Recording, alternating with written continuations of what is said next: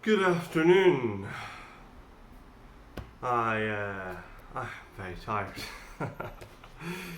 I made the following purchase yesterday, but had to rush off to work after I got home, so I couldn't make this video right away. From which work I am currently very tired. So I'm treating today as a bit of a weekend day. It's a Monday, but yeah, it's my Sunday as far as I see it. And I'm picking the sticker off of this because it has a nice cover, and we'll see just how much else. So it's a Kingdom Hearts game, as you can tell from the title of the video. I should do this slightly more carefully because I'm so fussy about condition now. Maybe I should pull away the plastic first so that I'm only sort of digging into the plastic with my nails. Nope, that doesn't work. I don't like that one bit. I'll just try and quickly do it. God, this is starting to annoy me actually. Anyway, right, now it's peeling away. Kingdom Hearts. So, getting this yesterday has... Yeah, good. No damage to the cover. Look, I'm not going to think of something to say before revealing the game. So, what a lovely cover that is. Isn't that really nice? It's very nice, isn't it? It's just lovely. Aesthetics is something that Kingdom Hearts isn't at all bad at, you know. It's got everything inside as well, quite nicely. I don't really give a shit about these things, or even the like Club Nintendo points cards. I don't really care about that. And I don't care about the manuals themselves intrinsically. It's only that their absence,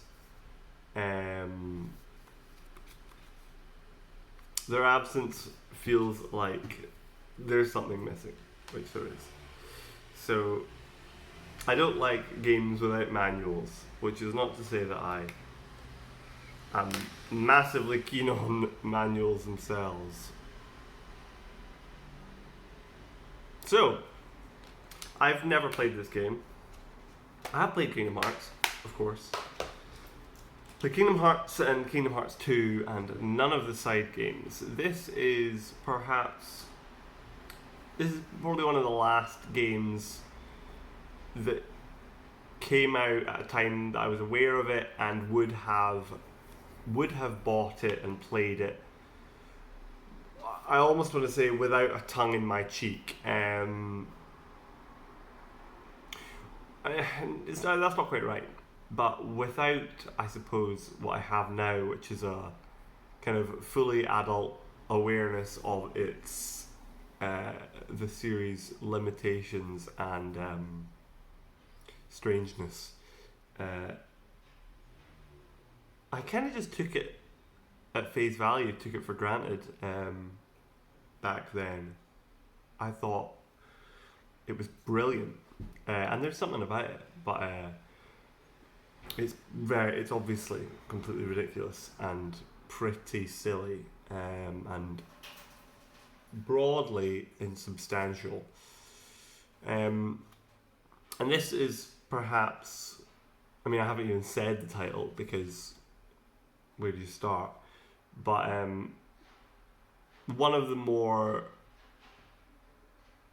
well, I don't know if the game is more maligned, but yeah, the title is one of the ones that attracts the most ridicule for Kingdom Hearts' naming conventions. If you asked me, I would have pronounced this or said it. Kingdom Hearts 358 stroke 2 days. Supposedly it's supposed to be 358 days over 2 or divided by 2. I have no idea what that means. I have no idea what that means, and that's quite funny, I think. I mean, why wouldn't you pronounce it 358 stroke 2 days? Of course you would, that's what it says. But, yeah. I'll play it, but I have this, I've spoken before about how I like the idea of streaming. Perhaps I'm too interested in the idea of streaming and therefore kind of reflective about it to have gotten around to it swiftly by now, because I'm always wondering what are my motivations for streaming, and I don't know whether other people who stream really think about it that much. They just get on with it, which is a good thing basically. But when I think about streaming, I think about if there were people interested in what I was doing, it would be an excuse, a motivation to get through a series of games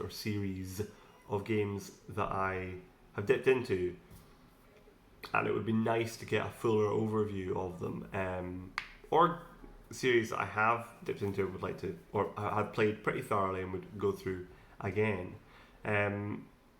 Anyway, Kingdom Hearts is the big one that comes to mind. It would be a lot of fun, I think, to try and play through all of the Kingdom Hearts games, but I wouldn't choose to do that in my own time, to be perfectly honest. I love Kingdom Hearts 1. There's something very special about that game, and I loved Kingdom Hearts 2 back in the day, but I replayed it, I think, last year, and it's not very good. I really don't like it.